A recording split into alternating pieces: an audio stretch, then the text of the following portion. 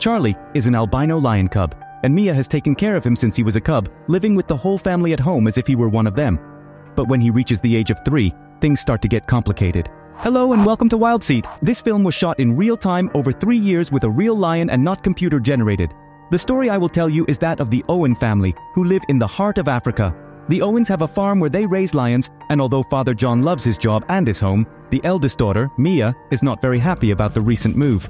She misses her friends in London and avoids the animals on the farm, which is very different from her brother Mick, who has mental health issues and feels a special connection to the lions. Mia has no friends at the new school and is constantly getting into trouble. This worries her mother, Alice, but infuriates her father. When Christmas arrives at Owen's house, John shows up with a white lion cub they named Charly. Mia continues to avoid animals, but when she tries to make a video call with a friend in England and he can't keep her company at the time, Charly comes over and tries to comfort her. Despite this, when Mike teases her about petting the puppy, Mia lies and says she didn't do it. Sometime later, when Mia tries to practice soccer outside and Charly pops his ball, things become upsetting for her once again. Mia takes Charly and brings him inside to visit her family while complaining the whole time. One morning, while feeding Charly, Nick falls asleep, which causes the lion to go bother Mia. At first, she is afraid, but eventually Charly wins her over, and the two develop a bond as she takes on the responsibility of feeding him. From that point on, Mia begins playing with Charly and Nick every day. By the time Charly is 4 months old, he has doubled in size and has become Mia's closest companion. Alex notices that Mia is still sleeping with Charly and warns her that the lion will have to stay outside once he is too big, and more importantly, too dangerous to be inside the house. While Mia reads a book about lions under the sheets with a flashlight, Charly feels uncomfortable with the situation and starts touching Mia with his robe. Mia begins to accompany her father on his feeding rounds and becomes increasingly interested in the other animals on the farm. She was intrigued by the farm's financial situation, so she decided to ask John about it. He responded with a broad smile on his face, explaining that once they finish building the guest house, they hope it will attract visitors from all over the world. In addition, the farm also sells lions to zoos and breeders around the world.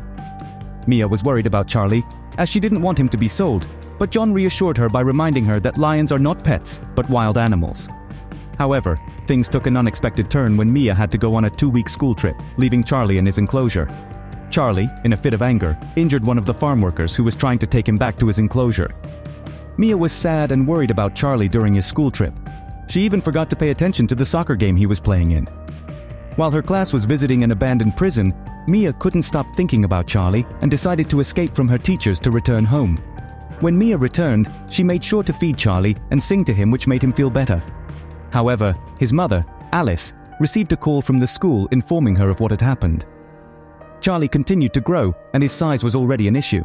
He could now reach across the dining room table and steal food off the plates. John scolded Mia for the mess and ordered her to keep Charly out of the house. She knew Charly was still a wild animal, but she couldn't help but be charmed by his beauty and strength. As time goes by, Charly grows into a robust adult, and Mia secretly takes care of him and spends time with him. And all seems to be going well until the mother discovers them. The situation becomes tense, and Alice calls her husband with a tranquilizer gun. Please, if you're enjoying the video, show it with your precious like, for you it's just a second and you help me a lot. Charly panics and inadvertently knocks Mike to the ground. Fortunately, Mike's head injury is not serious, but the parents decide it's time to return Charly to his natural habitat. Mia is heartbroken and blames her parents for scaring Charly. Alice fears that selling Charly will kill her daughter, so John agrees to keep him on the condition that Mia never enters the cage again. A year later, the family returns home after therapy for Mike, who is in a worse mood than usual. Mia, worried about her brother, decides to visit him in secret and shows him how many animals she has rescued.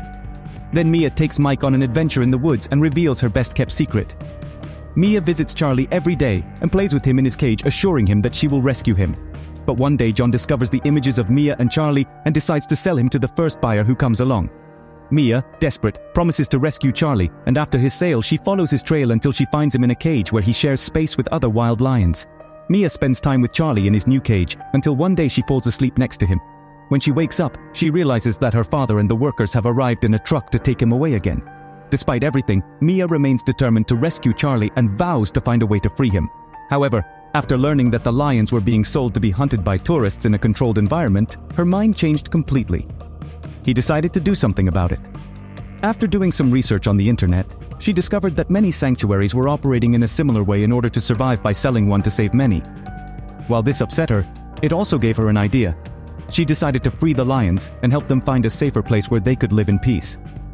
Mia told her plan to Mike, who offered to help her. They decided to take Charly to the Timbavati Game Reserve. When John found out that Mia had escaped, he went out to look for her in his vehicle. However, Mia had already prepared her strategy, and when she saw it coming, Mia successfully managed to neutralize John and free the lions so that they could live in freedom. Mia was proud of herself for doing the right thing. She knew she hadn't solved the lion hunting problem, but at least she had saved some of the lions. Now the lions were free and safe in their new home. Mia was tired of the city and the lies that surrounded her family. Now Mia and Charly were on the road trying to avoid the police and anyone else who might recognize them. As they drove on, Mia realized she was lost. The region she had on her map no longer existed, and now there was a shopping mall. Mia knew she needed a new plan, so she decided to take Charly with her to the mall. Even though the lion scared people, no one dared to approach them. Once inside, they found the back exit and headed out into the forest. In the forest, Charly felt at home and started hunting. Mia was relieved that she could feed and continue her journey, but her peace of mind didn't last long, as a man interested in buying Charly followed them. Charly bit him and scared him off before he could harm them. When Mia's family arrived, there was a heated discussion about the hunt. Mick tried to calm things down by telling them that Mia was taking Charly to a reserve. They finally arrived at the reserve, but Mia was exhausted and out of supplies. Charly had to complete the last leg of the trip alone. When the police showed up, they were ready to open fire. But thanks to the bravery of his father, who wanted to make a difference in the world, Charly crossed the bridge to the reservation where he would be safe. Months later, Mia's family visited the reserve and saw Charly happy with her cubs. The lion population in Africa had declined drastically in recent years, and Mia was grateful to have saved one of them during the 3 years of filming. The young actress became so fond of the lion that she now travels once a month to the South African reserve to visit it.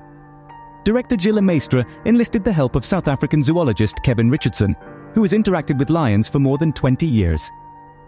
During the shoot, Richardson took the director's place in order to film the lion as close as possible in potentially dangerous scenes. To find the young actress who would bring Mia to life, the production cast more than 300 children in South Africa. The idea for Mia and the White Lion came to Gilles de Maestre while he was making a television documentary about the unique friendship between children and wild animals around the world.